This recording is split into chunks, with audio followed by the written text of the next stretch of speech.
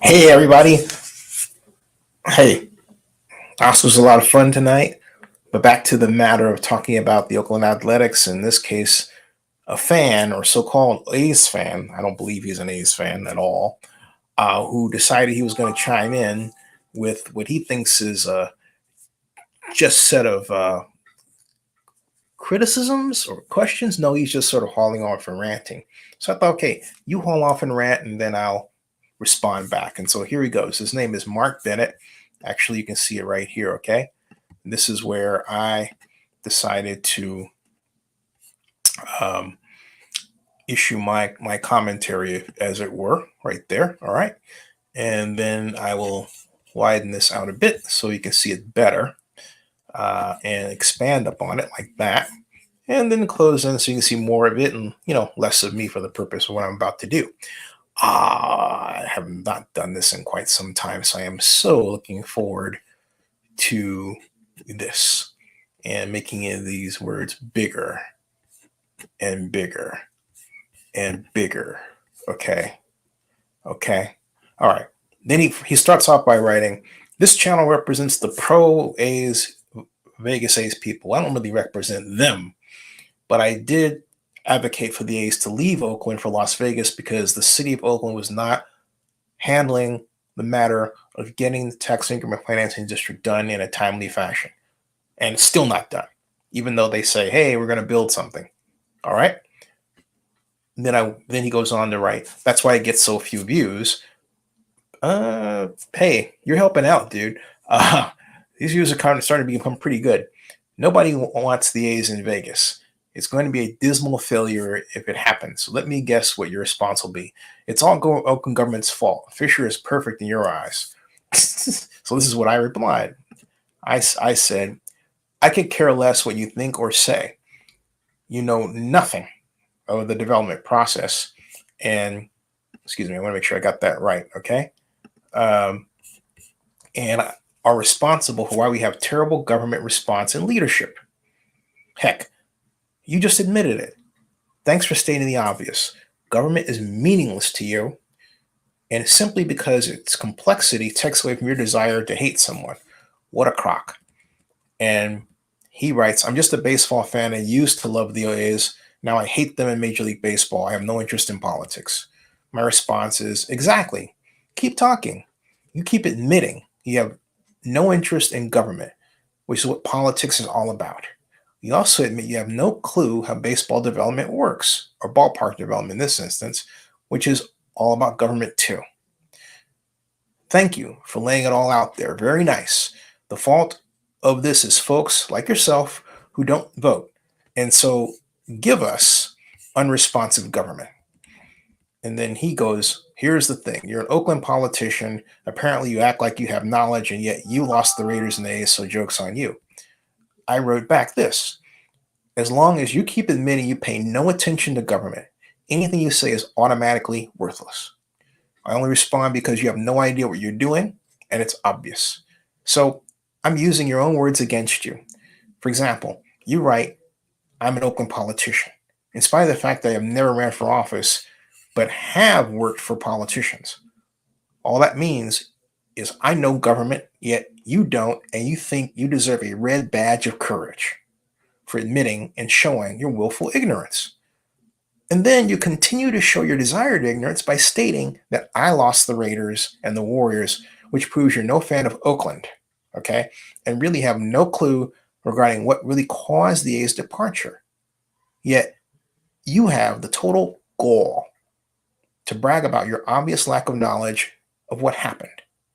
What was at the focus of the loss of the Raiders and the A's? Oakland government and the desire for Oakland elected officials to act like professional staff, even though they lack the training. Keep talking, keep talking. So then he goes on, says, I never said the Warriors. I'm not a fan of Oakland politicians or politics. The issue I have with you is you keep trying to blame fans. Also, I've watched a few of your videos, and they're pretty hard to watch, even at double speed. He says, okay, I say back to him, you have no right to have an issue with me. You should have an issue with how little you admit you know about government, which again, using your words that you're not a fan is nothing. I'm not letting you get away with the idea that it's okay to be stupid about how Oakland got into this mess. You're supposed to know about government and politics and politicians. Oakland Raiders fans do. You act like you do not live in Oakland and may never have even been to the Oakland Coliseum. Why? Because someone who at least has an understanding of what the Coliseum JPA is, all right, is an A's fan. Because someone like you say you don't care, so you don't have any knowledge. Like I said, keep talking because you have no idea what you're doing. In fact, I'll bet you're not a real fan of the A's one bit. The Oakland A's. Oakland A's. I bet you're a closet Dodgers fan who's got nothing better to do. Mark Bennett says, that Dodgers insult was the worst insult so far. I don't think you're an A's fan either. You never talk about baseball, just boring politics. I was at 6 of the games of the 20-game win streak. You seem like a guy that doesn't like when people disagree with you. No, actually, I love it.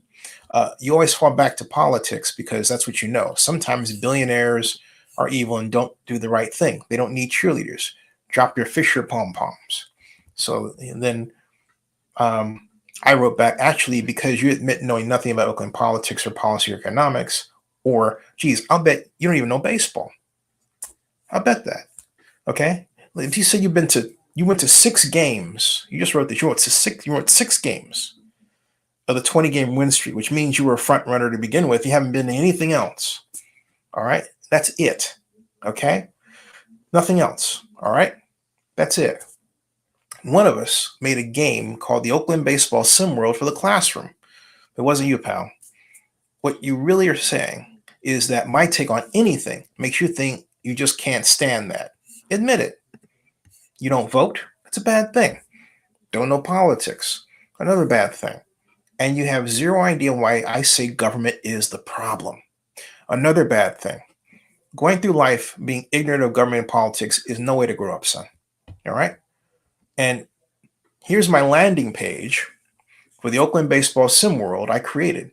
From 2023 to 2010, a large group of sport management students learned baseball and business dynamics from me.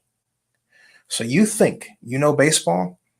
Give me a break and read out. There is a link. And so he writes, this is classic. This is what this dude wrote. This is classic. No one cares about the business of baseball. This is what he writes. We just want to be fans of the game. Did your game make you any money? And my response is a simple, resounding yes. It did. It did. Where's your game? Okay, where is your game? I've never met, and I have never met, never encountered anyone who was proud to know nothing. And never. I mean, at least A's fans who actually really oppose me regarding this whole Vegas issue have some idea of what they thought went down enough to have a reasonable conversation about it. That's not you. All right? You're an insult to A's fans. I mean, seriously. You say you're an A's fan. I went to your YouTube channel. You had 2 videos. One of them about the Dodgers. You have no evidence or proof you're an A's fan, and yet you said you went to, 6 games of the 20-game win streak, which means you only went to those games when, hey, they were winning, there was buzz and everything else was going on. Again, I'm using your words, all right? Your words. That's it. And I will go a step further than that and offer this. Hey, RD says, I'm so excited to see the A's in Las Vegas. Then he says, I laugh so hard when I read comments about low attendance in Las Vegas for a preseason game in 50-degree weather. Well, not only that, though, RD, and I'm glad you said that. But the simple fact of the matter is that, that Friday game was attended by 7,900, just north of 7,900. Now, the capacity is 8,136. So there were 222 two people that didn't show up. Now, Casey Pratt thought, I said, oh, well, the attendance is 10,000. It's not. You have to read the fine print. There's so many people around here who are trying to gin up the audience, who really need to be absolutely direct about why they're doing it. And maintaining a fan base in his instance means maintaining viewership. And the only way he can do that is by saying what he thinks the fans want to hear. I'm not going to do that. So, the man who claims to be called Mr. Bennett, Mark Bennett, you're right.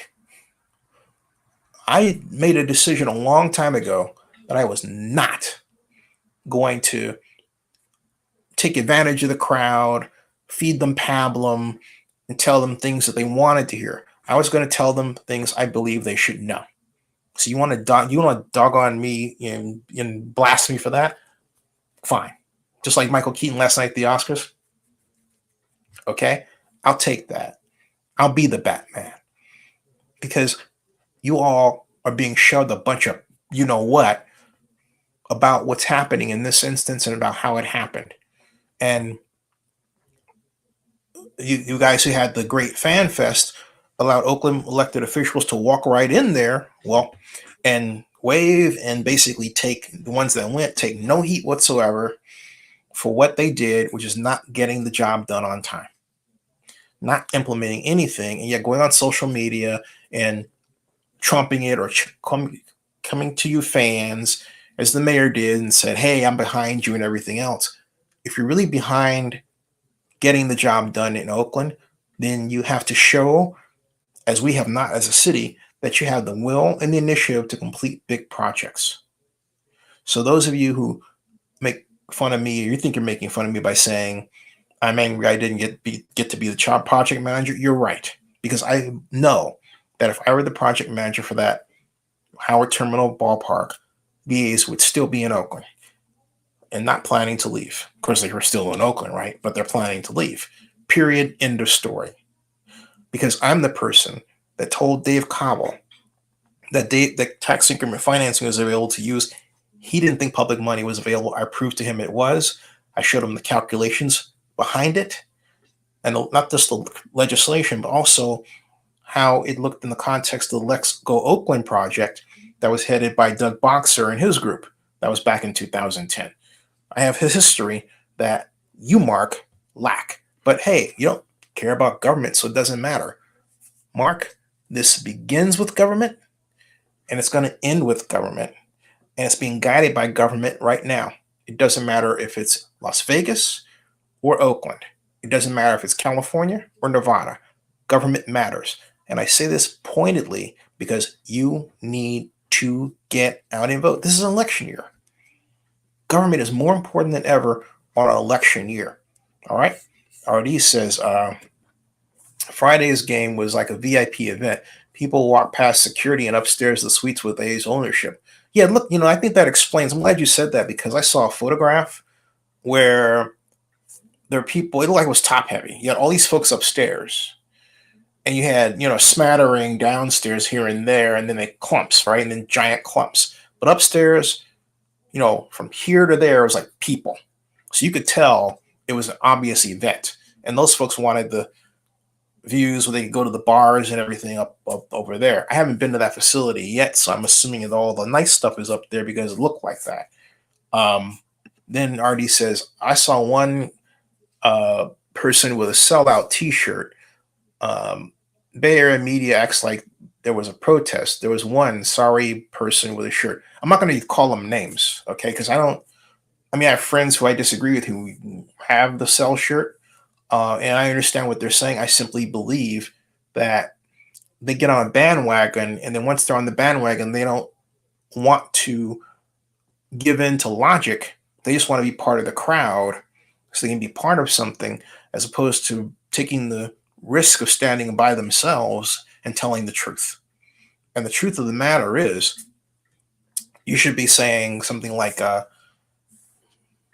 Mayor Tao, Mayor Schaaf, A's gone, What's up? You know, nothing insulting unless you want to go in that direction, but I don't think you do. Okay.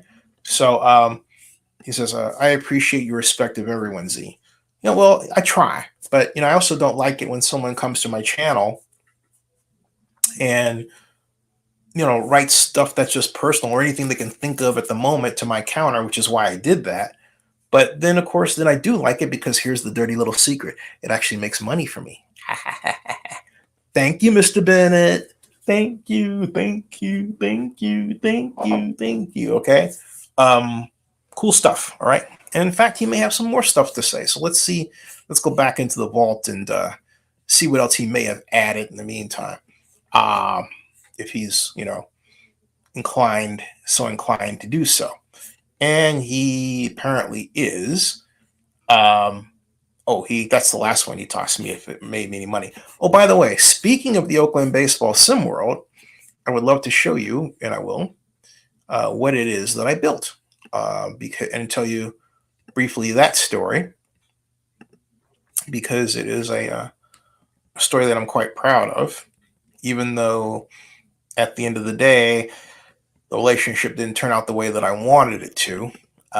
This is the Oakland baseball sim world. I will present it right here as I switch out screens. And there, oops, excuse me, right here. And there, that's it. And this is still up it's at sportsbusinesssims.com. Okay. And what it writes here is that the Oakland baseball sim world was originally created as a tool to evaluate how new stadium proposals would impact the business of running the Oakland Athletics baseball organization. The equation base was developed when SBS CEO Zennie Abraham, that's me, its creator, was economic advisor to Oakland Mayor Elihu Harris in 1998. That year, the mayor asked Zennie Abraham to find potential buyers for the A's franchise. At the request of one of the potential owners, Mr. Abraham created a 5-year system dynamics model of the athletics organization. System dynamics is a kind of modeling paradigm that was created by J. Forrester at MIT in 1956. At any rate, that simulation is far beyond a spreadsheet because the basis became the basis for the Oakland baseball sim world. The Oakland baseball sim world that you're about to use, it's dormant now, folks. It's not usable. I'm contemplating recreating it. But let me finish this. This came to life after Mr. Abraham established a relationship with Foro Business Simulations, represented by Michael Bean and Will Glass Hussein.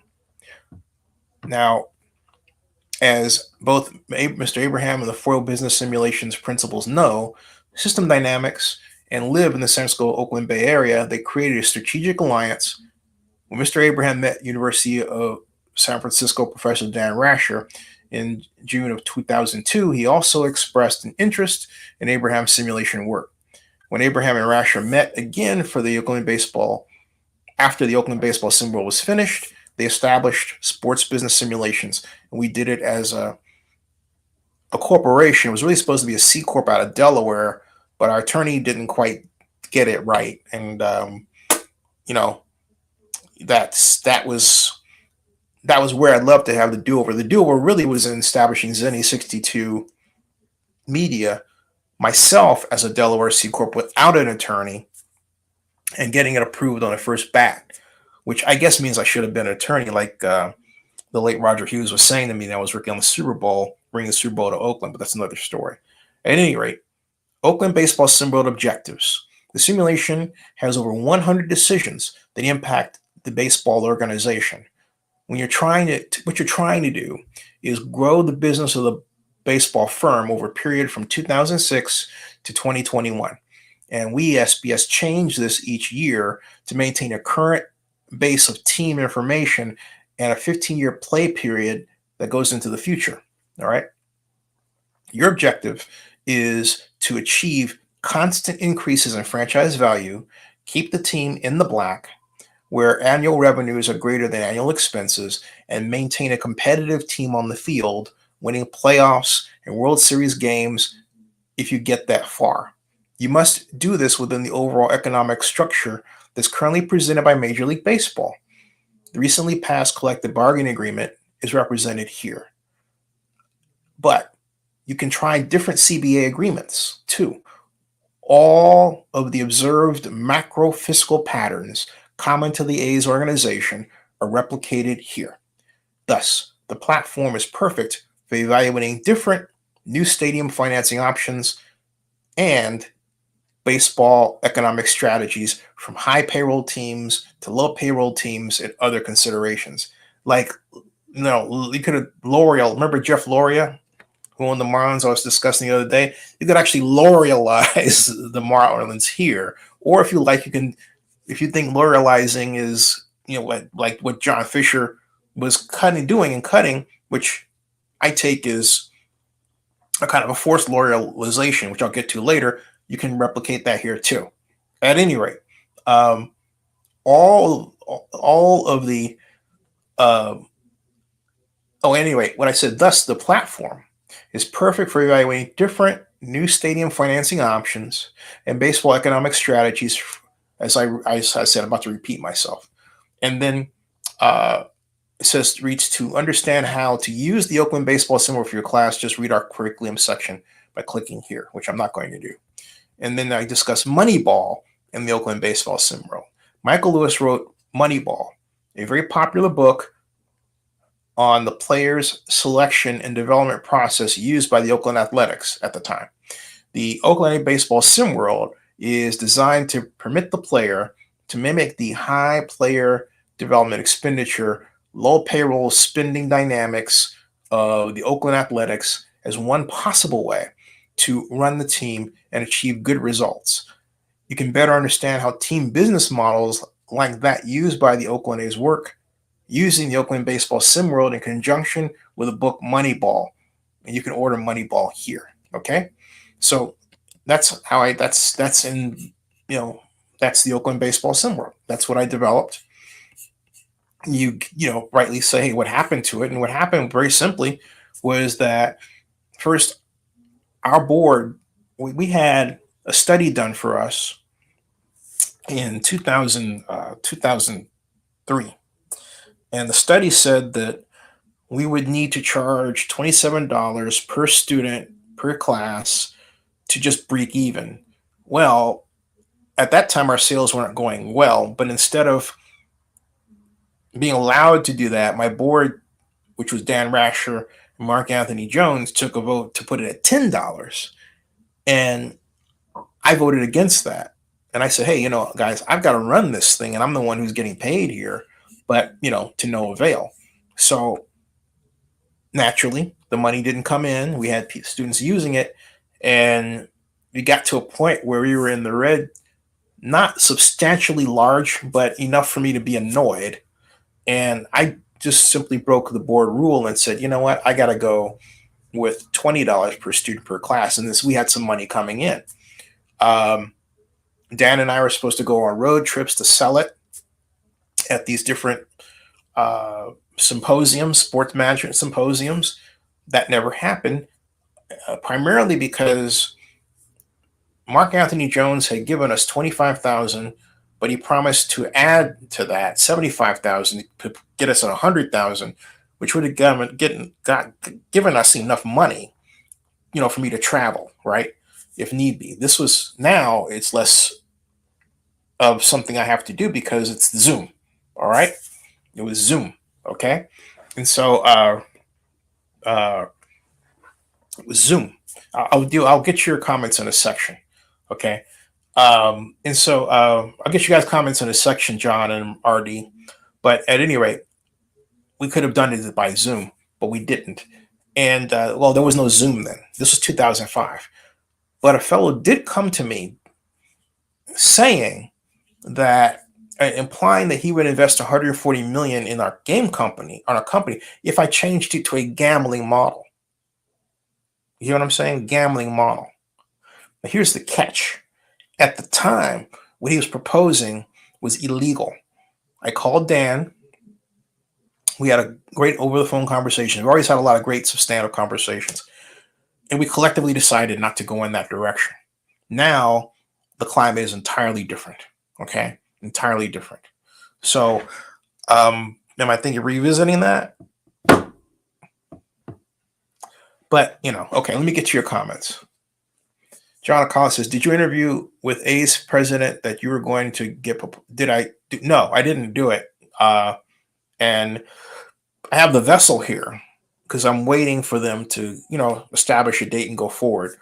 As to why it was postponed to the last minute, it was a mistake, I was told. I don't know why or how or why, but I understand that these things happen. And so, hey, look, I await the reappearance of A's President Dave Cobble to this channel.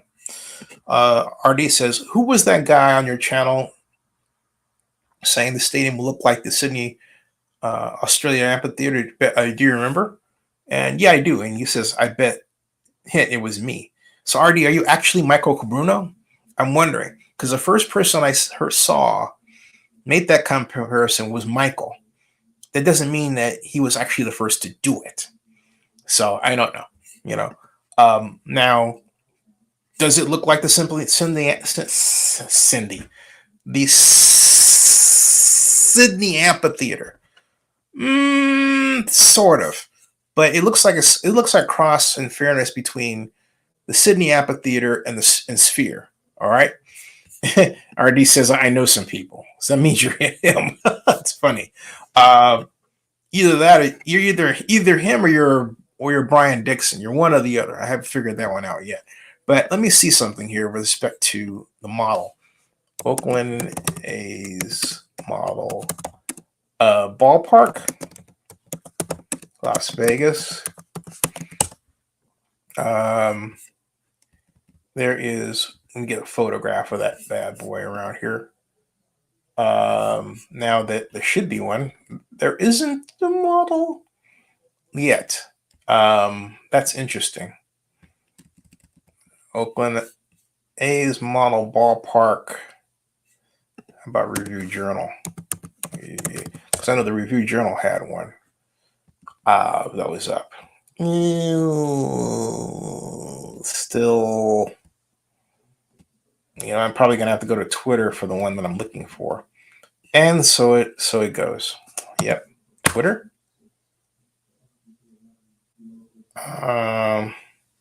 Twitter.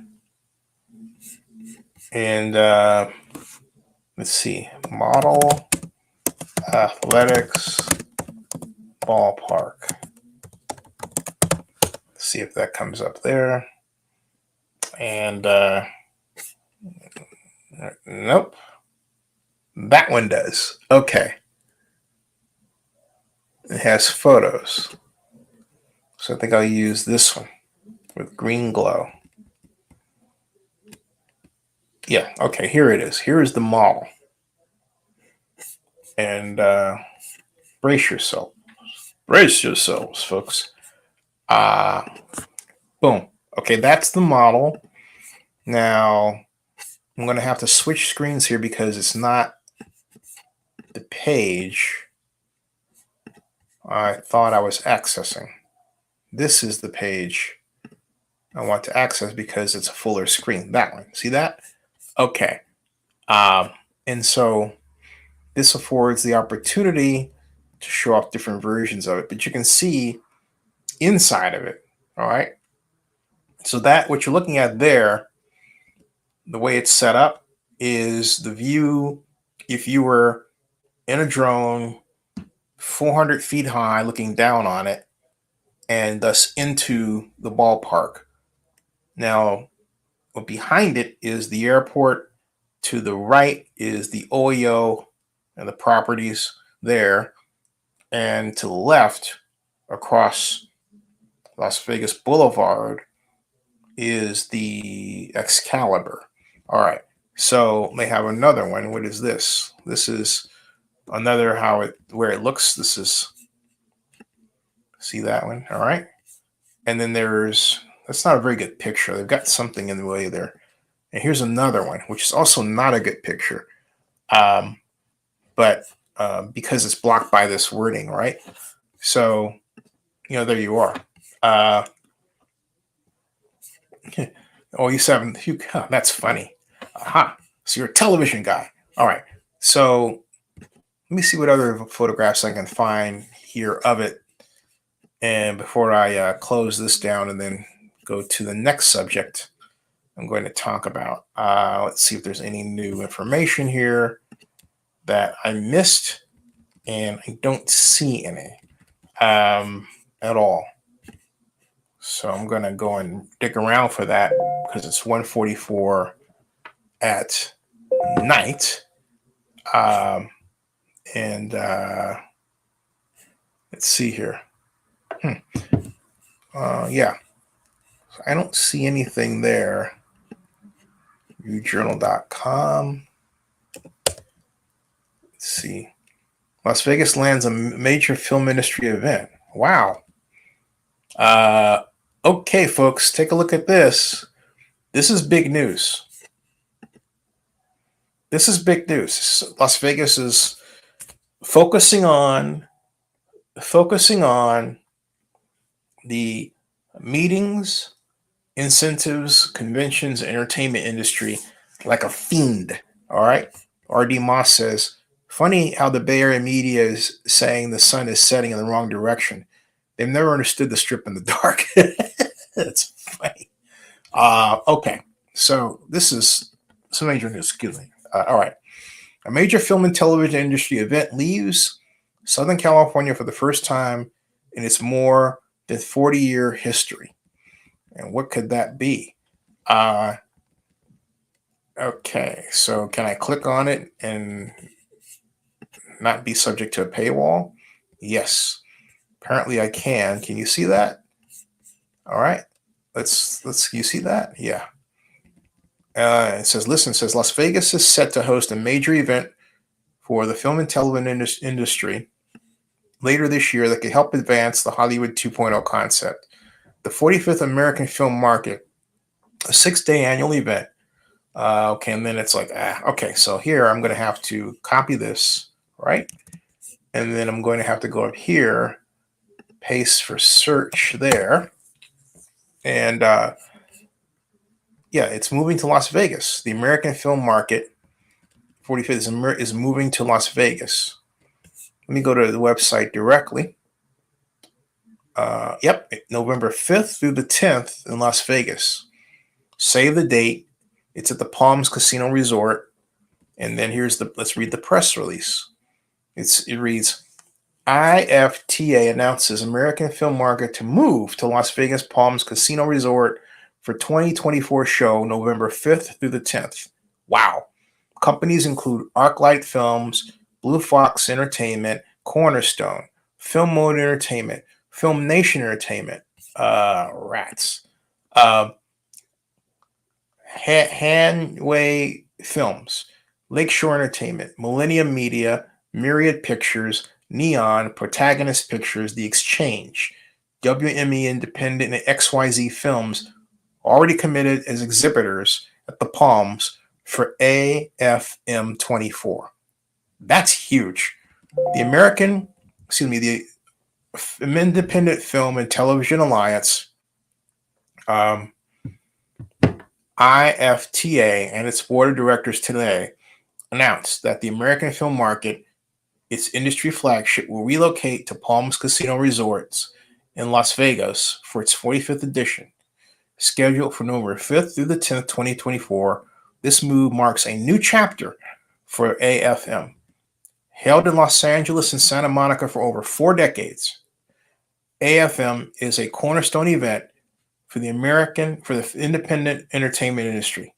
The decision to move AFM to Las Vegas comes after a multi-city search and careful consideration of the needs of AFM's exhibiting sales companies and buyers, and reflects IFTA's dedication to creating the optimal environment where the global film and television industry can converge, collaborate, and conduct business seamlessly.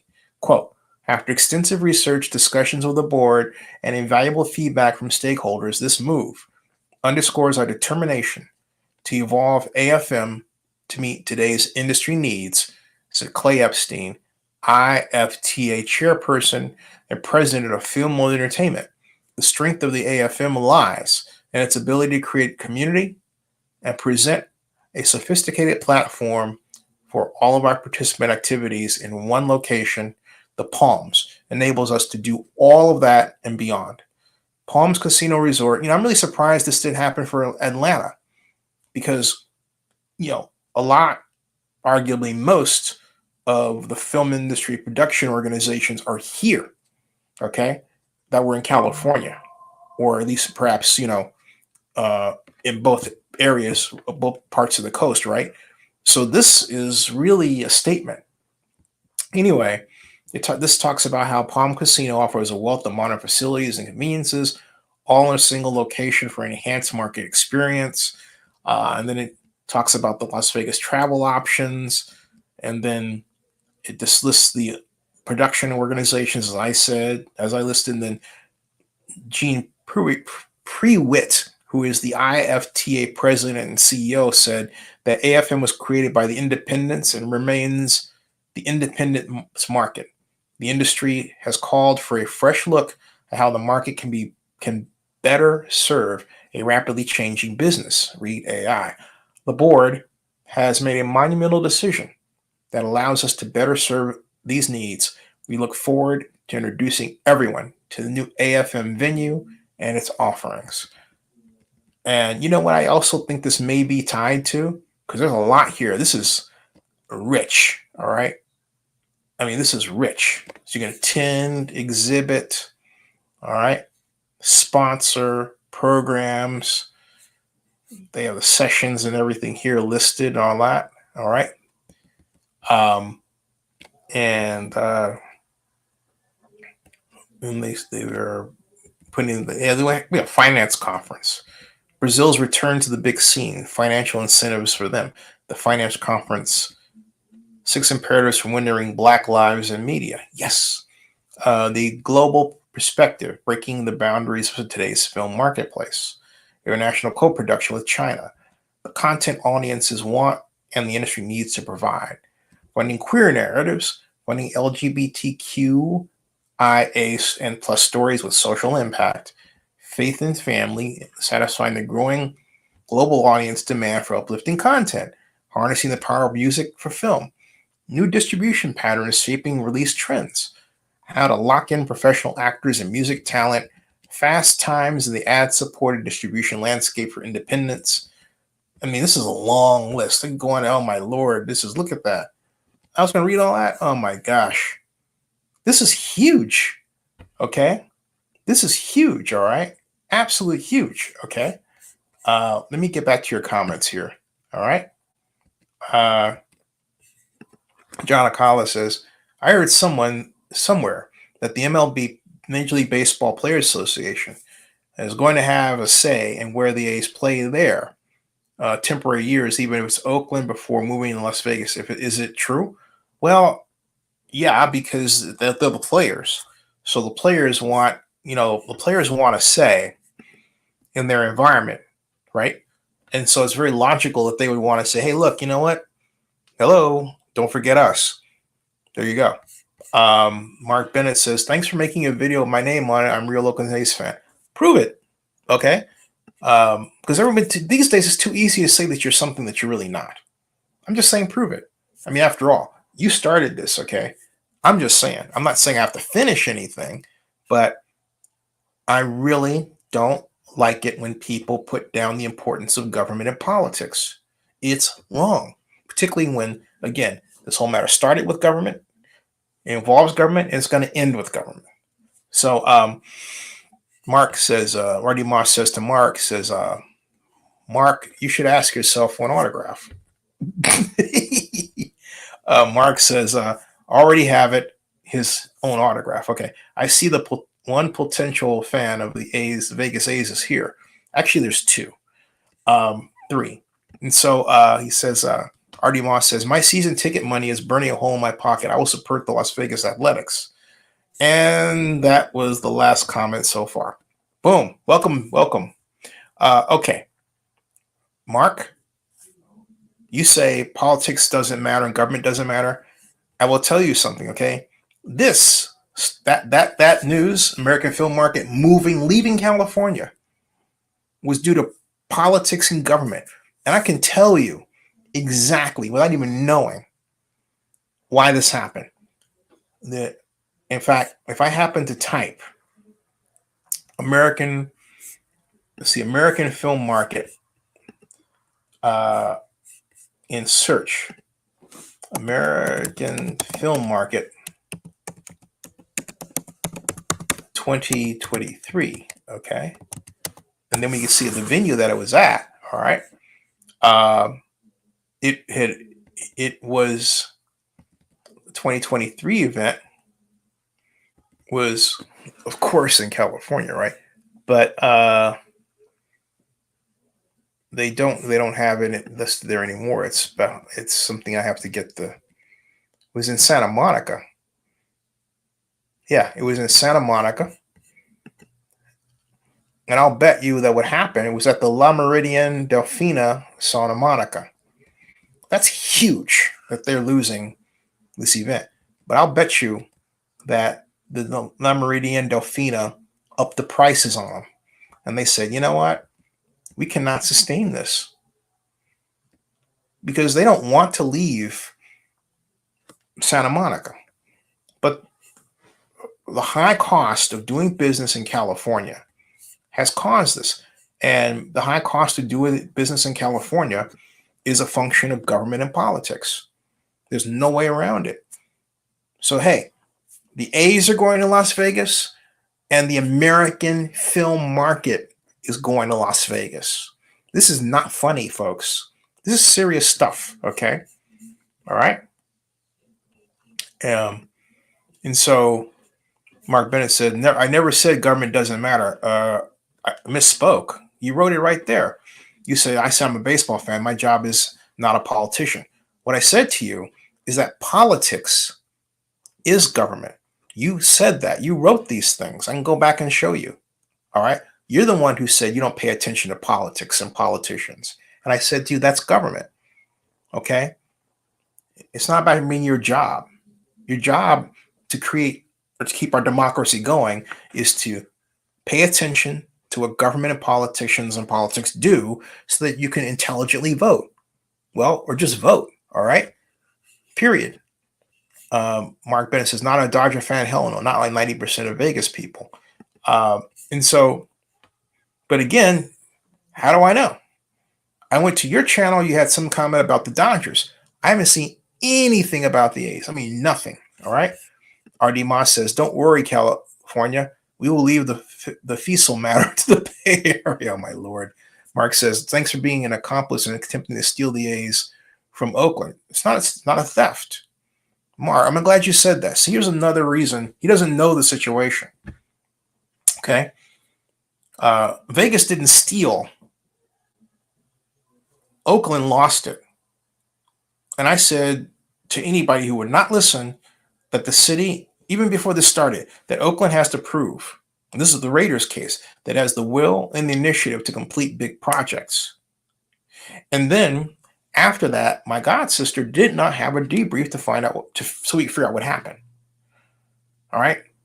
She went into get to re-election, got reelected, but because of the strong mirror government structure, she made it about her and getting her face out there rather than getting a competent professional like me to be the project manager for maintaining the A's. And Libby did this thing where she had to prove that a woman could do something as opposed to getting the right people like I did when I was trying to get her Diane Paulway, who was the top private placement expert around the world at the time, to focus on the Raiders stadium. And Diane Paulway happens to be just that, a woman. But she's the person known for creating the private placement financing for the new St. Louis ballpark. All right. I gave her Diane's number, email, everything. Libby never contacted her. All right. So if you really want to prove that you're doing that you can make a project go, and someone gives you the number one expert in the world regarding private placements at the time, your job is to call that person called Diane Paulway. Libby didn't do that. All right. Instead, she put people in charge she knew from politics who had relationships with Jerry Brown, but had no knowledge of how the NFL worked. That was Claudia Capio. In my opinion, very nice person, very capable of housing, a great houser, but was completely out of her league when it had to do with the Raiders. Okay? So you go as far as your staff will take you, and that's a fact. That is an absolute fact, which means in this instance with us, not far at all. And Libby, I told Libby not to do this, but because I told her not to do this, she insisted on making herself the face of the project. And now she's running for treasurer in California.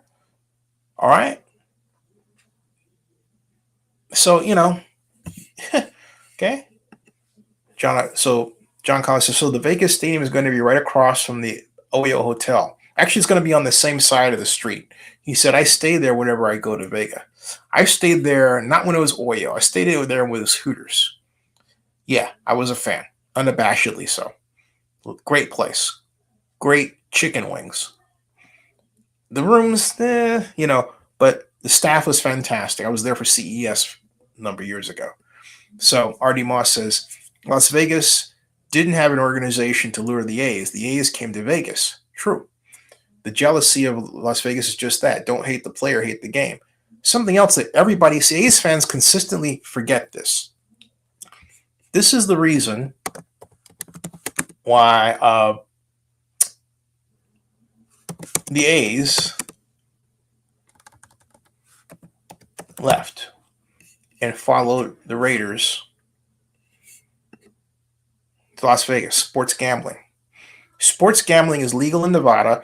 Sports gambling is illegal in California. A's fans have done nothing about it. The city of Oakland has done nothing about it. They don't get it. The A's will gain upwards of $20 million annually from sports gambling in Las Vegas over a 10-year period. That's extra money. Money they'll never see in Oakland or anywhere in California. Okay? Ever. That's a sad fact. So, Gravity Falls says, I'm a lifelong fan. First game was a summer of 1989 when I was 10. I would have loved the ballpark in Fremont, San Jose, or Oakland, but at this point, I'll take a new ballpark in Vegas. Hate being in limbo. And I hated seeing limbo. I experienced everything that I felt that the A's had gone through. I experienced in trying to bring the Super Bowl to Oakland. And the way I was treated during that time was painful.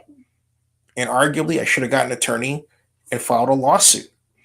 I could have, because the mayor, Jerry Brown, wrongfully terminated me because I made a complaint regarding racism to my board in email of the Oakland County Sports Commission. A colleague of mine took that, who I regarded as a brother and a friend to this day, honestly, but he took it to Jerry. And Jerry said, "You're going to apologize for that email?" And I said, "No. There's an old saying that when you go to the biggest dance of the year, you dance with who brung you." And what I said about Jerry, I didn't say he was outright. This is what I said about Jerry, was reported by Chip Johnson in the San Francisco Chronicle. And I said, Jerry didn't seem to appreciate or want to work with me as a person who is intellectually, as an African-American man who is intellectually aggressive. In other words, he would rather deal with somebody who was more of a stereotypical nature. I'm not that. So I was told that Jerry would go around saying that Zennie was a dilettante, which means I know a little bit about a lot of things. So, but my point is,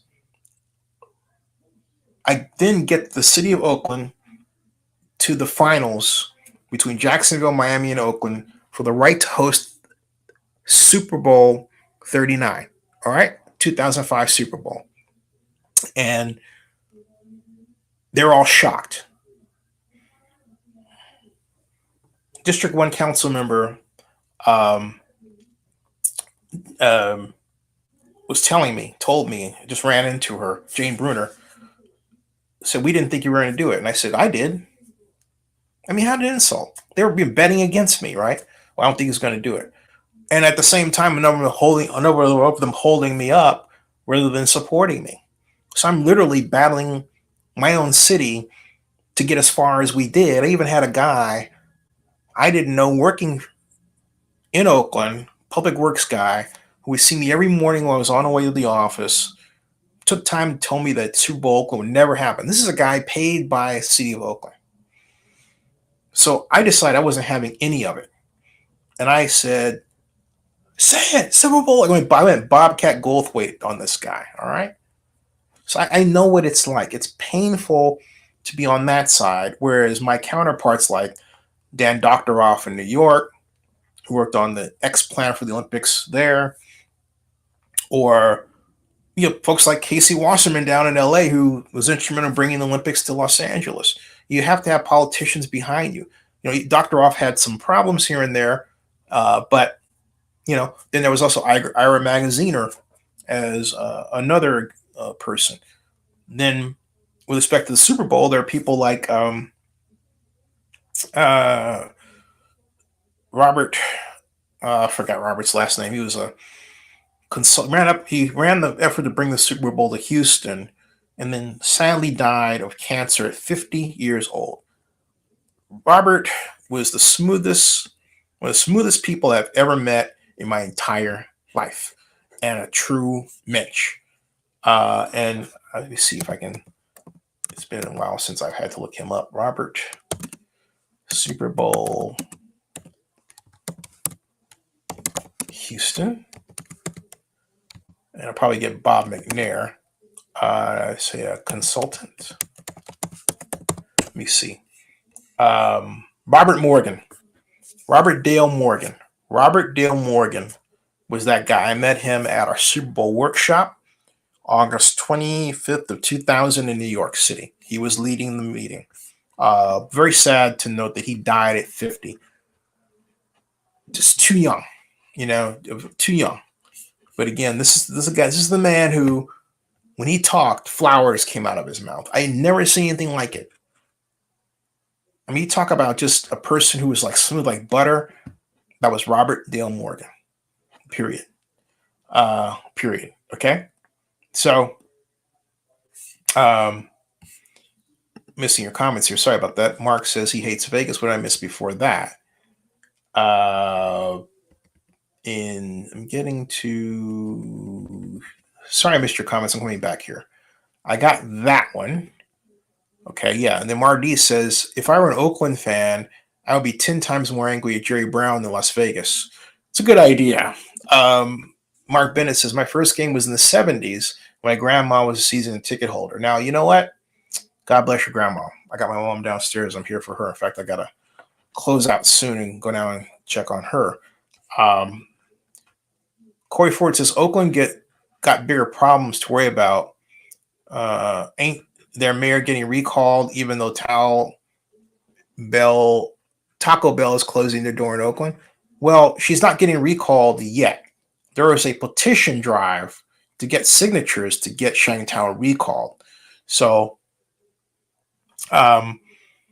this is the reasons behind the recall is that Shang is the first person in Oakland history, and I say this hesitantly because I want to get behind my city and I want to get behind her. We have Oakland Restaurant Week coming up. We need people to go to the restaurants. All right. I'm the largest content creator about Oakland Restaurant Week of all the members that are sponsors. Zennie62 Media is the largest one in terms of number content items.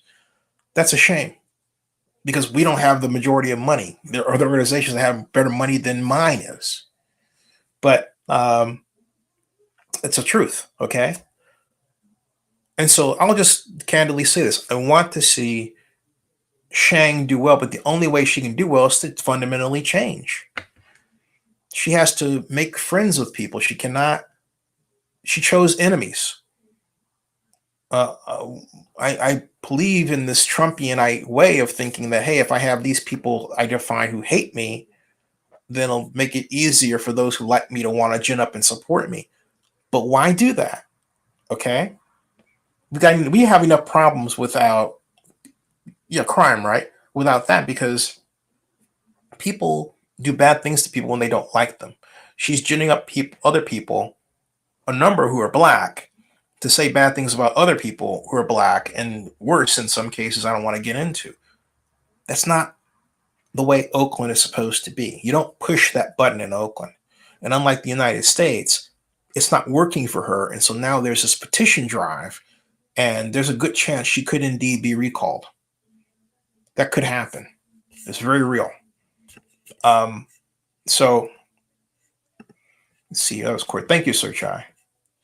And so Gravity Fallout says, I honestly try to find out news about the team and ballpark each day, and I have to swim through as much snarky hate and misinformation that's not worth it most of the time, and you shouldn't have to do that. Mark Bennett says, I really do hate Vegas, so it's a real kick in the blank that my favorite team is moving there. It's not fun. But think about me in 2021 having to make the painful call of saying, you know what? You guys should move, because they're not listening to me. They're playing politics with the A's. They're not getting this done in a timely fashion. We're already behind. And I'm the guy who said to Dave Cobble, use tax increment financing, only to watch the city slow roll SB 293 Skinner after Gavin, our California governor, signed it in the law October 11th of 2019. I felt I had to say something as a shock to the system. I didn't mean it just to say, oh, I'm not serious. I'm just not okay. No, I was completely serious. Leave. Because that's the only way that Oakland will even have the idea that something is wrong to get its act together. In other words, a shock to the system.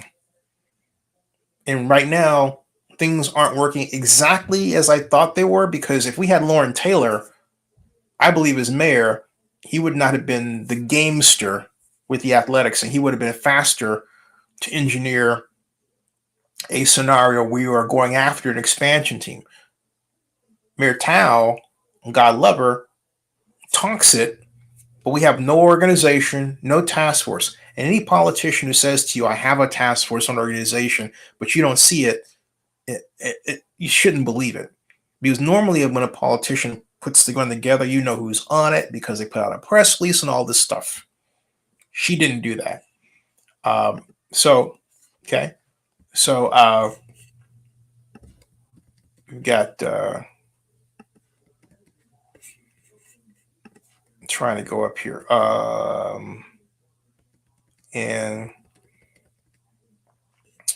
Vegas Mark says Vegas only picked up Oakland's 2 fumbles for pick sixes. Raiders and A's. Oakland government had only itself to blame. Yes. Artie Moss says, oh, Mark, we will miss you. The other 43,999,999 visitors to Las Vegas this year will not be the same without you. Okay, excuse me for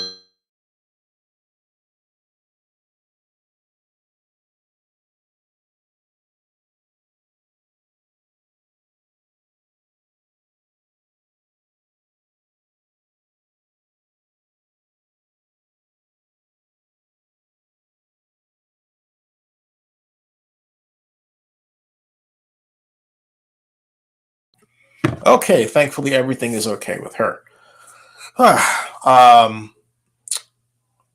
Because I only tend to be on here for 10 minutes, but every time I say I'm only gonna be on for 10 minutes, it's like 58 minutes and 59 seconds later, right? Okay. And I'm not gonna stop 2 minutes from now. I'm gonna keep going for just a tiny little bit or thereabouts. At any rate, Sir Chai says Oakland had the opportunity to be a great sports city. You will always be in history, Zennie62 to bring Super Bowl to Oakland. Thank you. I didn't bring it. I almost did. We lost to Jacksonville by 8 NFL votes. Okay.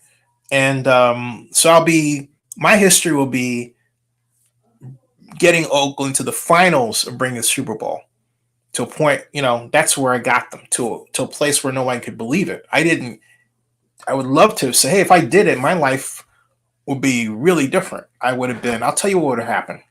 If we won, first of all, it would have opened the floodgates for us to get financing to raise $5 million for our Oakland Alameda County Sports Commission and Super Bowl 39 Oakland bidding committee. It would have given a green light for Oakland to lobby for the construction of additional hotels to be built so that they can take advantage of this, surprise winner of the right to host the Super Bowl, Oakland, that no one saw coming. So it would have increased at least some land speculation in that area in terms of having hospitality-related facilities, hotels, and so on for Oakland. It would have allowed us to gain more money to really hit that $60 million mark that I set for getting nonprofits money who are going to be involved with us. Nonprofits in areas that were focused on education. Nonprofits in areas that are focused on music education. Nonprofits in areas that would dual help us by having their own events around town. We could get money for them. The Raiders would have gotten $9 million from ticket sales because they would be the host city. I mean, all of that would have been done, and I would have been chair. And I believe we would have been able to get George Fukasin, dig him out, and who didn't want to deal with Oakland. And now he would have a reason to deal with Oakland because the Super Bowl spotlight would be on him. There would be people trying to move me out of the way, and someone would say, well, gee, I want to be in charge of it because I run public works or whatever. And I would have said, hey, look, I'm happy to have you here as long as I have maintained my position as conduit to the NFL, because that's what I have been. So, chairman, chairman here, CEO there, boom, fine. And, a lot that would have come about that, all to the good of bringing Oakland together to do something that no one gave it a chance to do at all. Okay? We were that close. Lee Steinberg, friend of mine, sports agent to Patrick Mahomes and Tua Tagovailoa, among others, flew up at my behest to meet with Jerry. This was in 1999. We gave him a 10-point plan, wasn't empty, to bring the Super Bowl, in his aid to bring the Super Bowl. He had not a lot of things to do. Most of it was making phone calls, like calling the CEO of Kaiser and Clorox and so on. Jerry did none of that. None. Zero. He didn't want to help at all. I had to find out that he didn't do it by making calls, say, hey, have you heard from the mayor? Nope, never heard from him. Okay. So I'm going through this constantly with one hand, like feeling like the city of Oakland itself is trying to tie my hand behind my back, and then saying, let's see how you can get out of it. Let's see if you can get out of it. Let's see if you can get out of it. All right. It's the quintessential example of someone saying, hey, we don't think you can do it because you're black, and then trying to prove and trying to make sure you don't do it because you're black, because then it takes away from the narrative, right? Meanwhile, Detroit, my counterpart, Larry Alexander, African-American, head of the Convention and Visitors Bureau, beautiful man, great job, well-financed. They had Gary Bauer managed to sneak into the Detroit presentation to host the 2006 game. All right. Gary came out, and Gary Bauer looked like he'd seen a ghost, because we were just up like after them, right? And I said, Gary, what happened? He goes, oh, dude, we were so far behind. They've got a exhibit, and it rolls on a turntable. And he described it in real detail. I thought, wow. I said, you know what? We're here. We're in the room. We're going to do the best we can do. And so we came out. We had set up 5 chairs. Okay. We're all going to sit in. But when they actually set up for us, they left out one of the chairs. So when they all came there, I was the one that remained standing. And at first I thought it threw me off for like a second. And then I thought, because as we came in, Paul Tagley, the commissioner Tagley, he said, Governor Brown and the Oakland delegation, welcome. You would say, why would you call him governor instead of mayor? Because in political protocol, Mark, the rule is you refer to the person who is the elected official by their highest held office in their history. In that instance, even though Jerry Brown was mayor of Oakland, he was also governor of California. I learned a lot just in that room that day. And I introduced Jerry Brown as mayor of Oakland and former California governor. And Jerry proceeded to give a speech, totally unrehearsed, off the cuff, because we had a rehearsal the night before that he didn't come to, and Robert Bob did come to it. Robert said to me, and I quote, "I don't have to read no damn fool lines," because I gave him all lines. And I was like, oh, wow. And by that time, I was like that close to just crying. And I was walking by myself, or so I thought, through the ballroom after we all left, because our meeting wasn't long because of what Robert and everybody else had said. And I remember Jennifer Gonzalez and Sue Robachek of the NFL, unbeknownst to me, had been watching the whole thing, and they said, "Zennie, we feel for you." All right. My point is, the way Oakland treated me happened in the face of the NFL. You understand what I'm saying? So for those of you who don't think I have anything to say about this or any history or why I am the way that I am now, I have a very good reason. I experienced it. All right. I experienced something that no one should ever go through.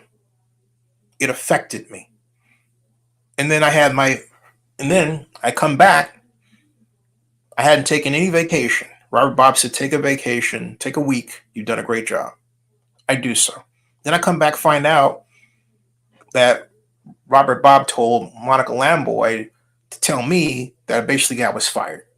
Why? Because of the email. That's not legal. You cannot fire a person. That's a retaliatory firing because I accused Jerry Brown of essentially being racist, which is written up in the San Francisco Chronicle. And it didn't occur to Chip Johnson, who wrote it, that, oh, by the way, what Jerry did was illegal. He was so trying to be up, on Jerry's side and all that stuff, right? And be his friend, that it was okay for Chip Johnson, who's black, but he's also light-skinned, so there's a lot that comes with that, right? But who thinks that it was okay to sandbag me and then even make fun of my mother. This is what Chip Johnson did in the article for helping us get reservations so that a number of our board members could travel to our Super Bowl events. And when I say help, I don't mean like paying for it. I mean just showing them, the right cheap rates. That's what Chip Johnson did. I have no respect for Chip to this day. He apologized later, but, putting an apology to me a little like sideways by saying, I mentioned you all this, forget it. It was wrong. All right? I wouldn't be so low down and dirty as to mention somebody's mother in my column. But that's how some of these folks were in Oakland. They so didn't want Oakland to win that the first thing they tried to do, even Chip showed up at my first press conference like, okay, where's Jerry? As opposed to asking the question, hey, Jerry Brown should be here, and here's why. All right? I worked on I spent a year getting the editorial page editor, because then news mattered because it was paper and all that. Now, on the internet, hey, it's a different story. Even though the same organization, the Chronicle, plays games today.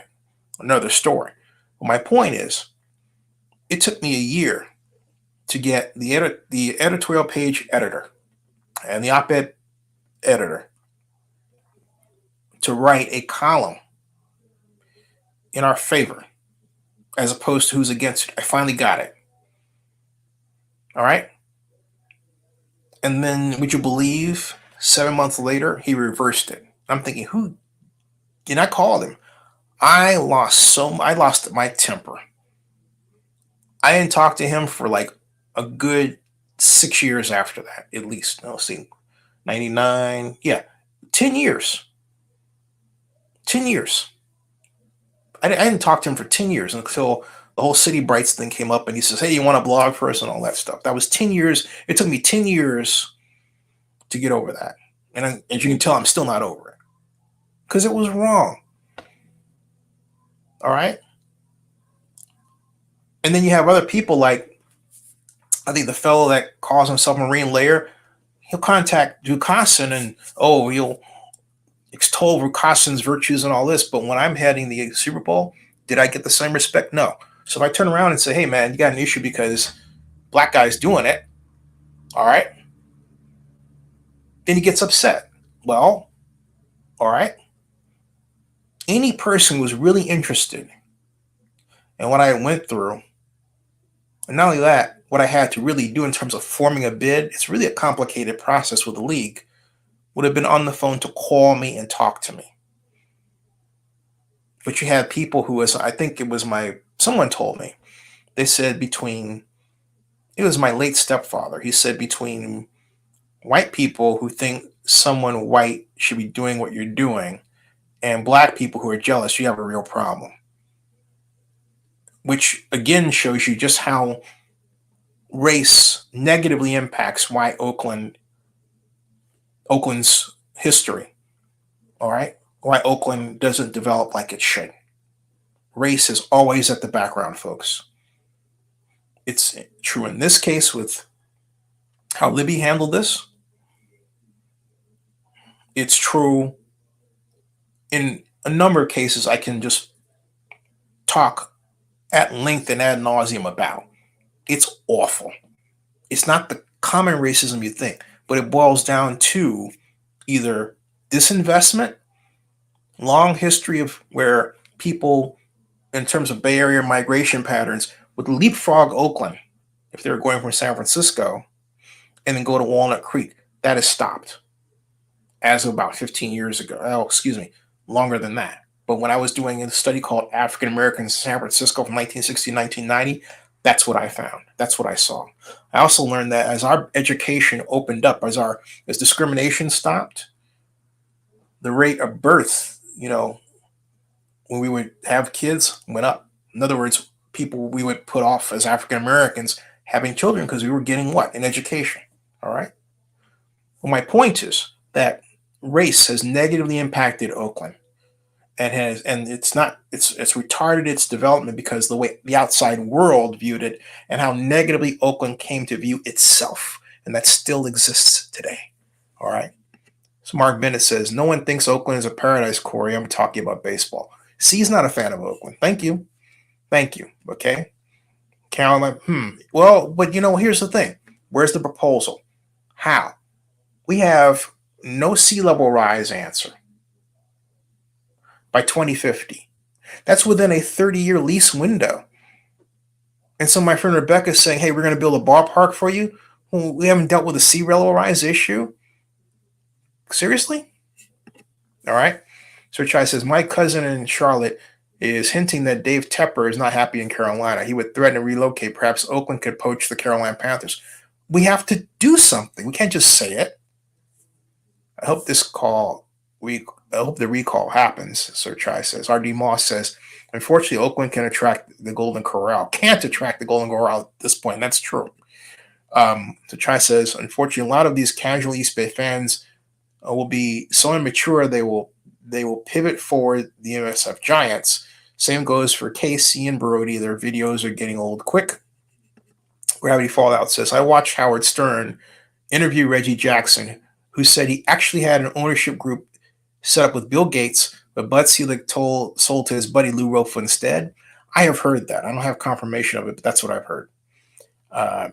Mark, and if Reggie, I don't have to see why Reggie would lie about that sort of thing. Mark Bennett says, Ace have been losing fans to the Giants since Fisher took over and Giants started winning the World Series. There's some truth to that, but not entirely. I think it wasn't, let me get back to this.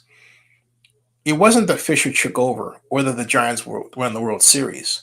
It was what we used to call Pac Bell Park. In other words, a new ballpark. All right. That's why the A's for so long coveted a new ballpark at Howard Terminal, so I could look right across from what we used to call Pac Bell Park and literally thumb our collective noses, A's fans, at the Giants. But the Giants set up a great situation down there. Another great story of economic development that involved government. Um, Gravity Falls says, I actually agree with Mark in that it has been annoying seeing Contra Costa County gravitate toward the Giants after those World Series. No, he's not wrong. Mark isn't. Mark says Vegas is for rich people and the stupid people that go there and make them richer. Well, I'm a guy that goes there. I don't make them richer. But hey, look, rich people in Vegas tend to be transitory. They tend to have a place here in Vegas, there in Miami, there in Monaco, every place else. So it's not exactly what you think. Or in China. So Chai says, unfortunately now, the San Francisco Giants are losing to the LA Dodgers. So you guys might get angry, fans, now to fill those empty seats, but for how long, Mark Bennett? And there you go. Okay, so now it is 2:30 a.m. Eastern. Been on for 1 hour, 15 minutes, 56 seconds and counting. And I think I'm going to call it. Thank you, everybody, for participating. Thank you, Mark, for showing up. And remember, Mark, as you learn here, government and politics are everything. You got to pay attention to them. I understand that you're upset about the A's leaving, but you've got to point a giant finger at Oakland government as the reason, because it is the reason. All right. Let's see here. Am I leaving anybody out? Nope, I'm not. Okay, I think Mark. Oh, wait a minute. Some more things. More I missed. All right. Okay. Already Moss said in 2019, the A's won 97 games, but finished 24th in attendance. Wouldn't it have just been easier to go to games instead of the t-shirts, chanting signs, etc.?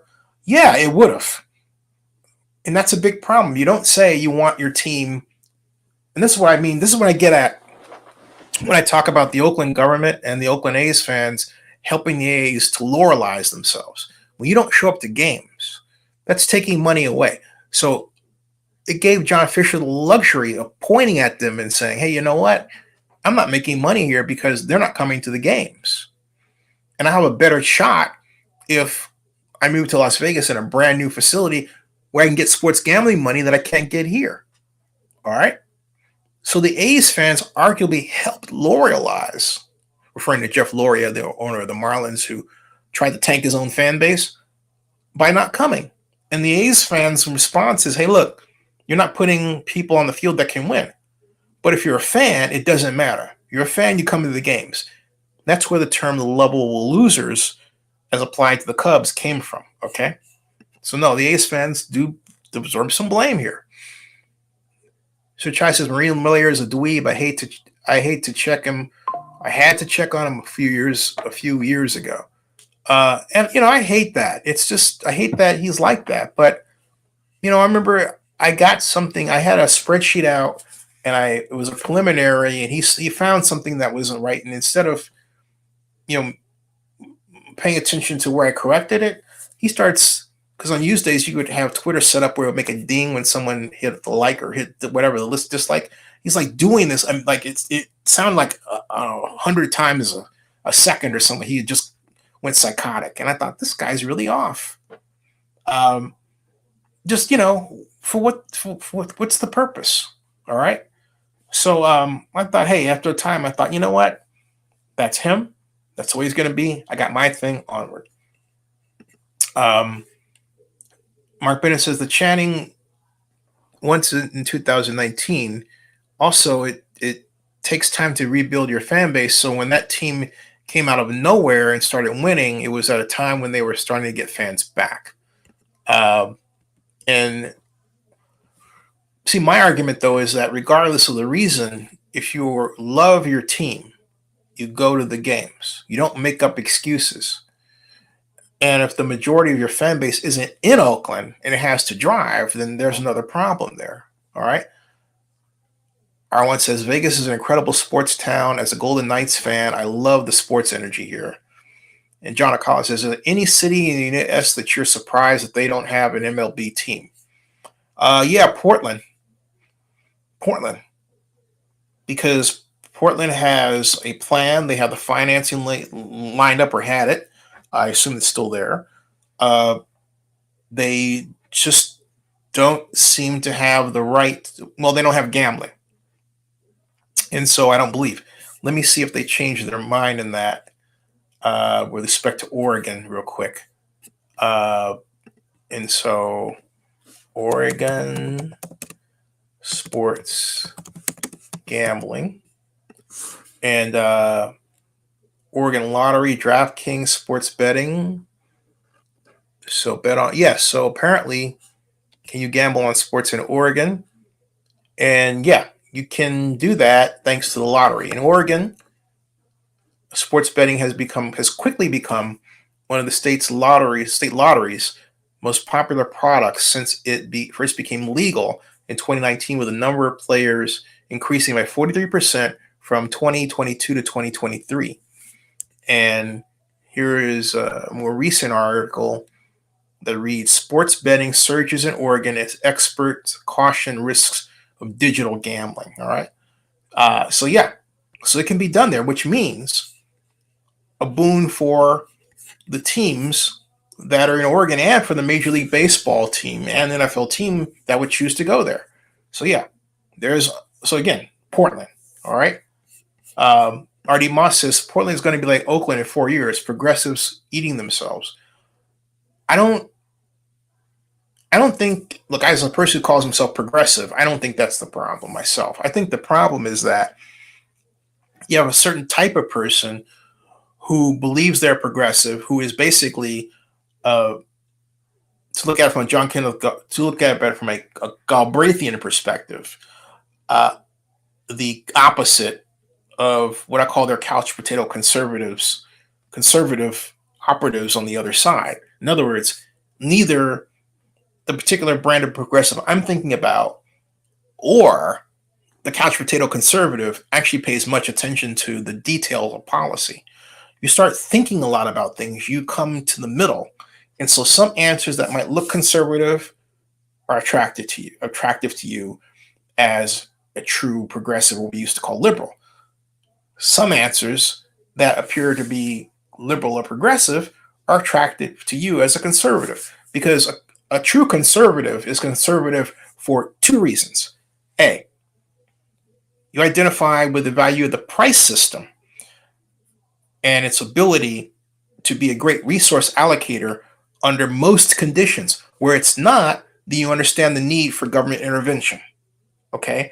And government intervention is called for by the maintenance of institutions. A good conservative is interested in the maintenance of institutions, not their destruction, which means Donald Trump is not a true conservative because he tried to destroy our institution in the January 6th riots, okay? And the Capitol riots. A good conservative does not advocate that. But there is a people who call themselves conservative, then turn around to take actions that are not reputable and not protective of our institutions. That's a fact. All right? That's a fact. So we have the extremes, the people on the extremes who don't want to think. They want to be part of their little group. And so they'll believe anything, like DeSantis trying to take over Disney, which is something a good conservative would never advocate. But yet the Florida conservatives that are couch potato did just that. I called them, I said, hey, you're not real conservatives. They're not. There's a lot of people labeling themselves as things that they're really not because they don't understand what those things really mean, let alone how we got there. That includes those people on the extremes who think it's okay to be racist because they think we're being racist. To be racist is to be conservative, and it's not. To be a racist is to be a nutcase. Racism is a mental illness. Don't forget that. All right? There is a room for intellectual thought. And in this space, intellectual thought lives.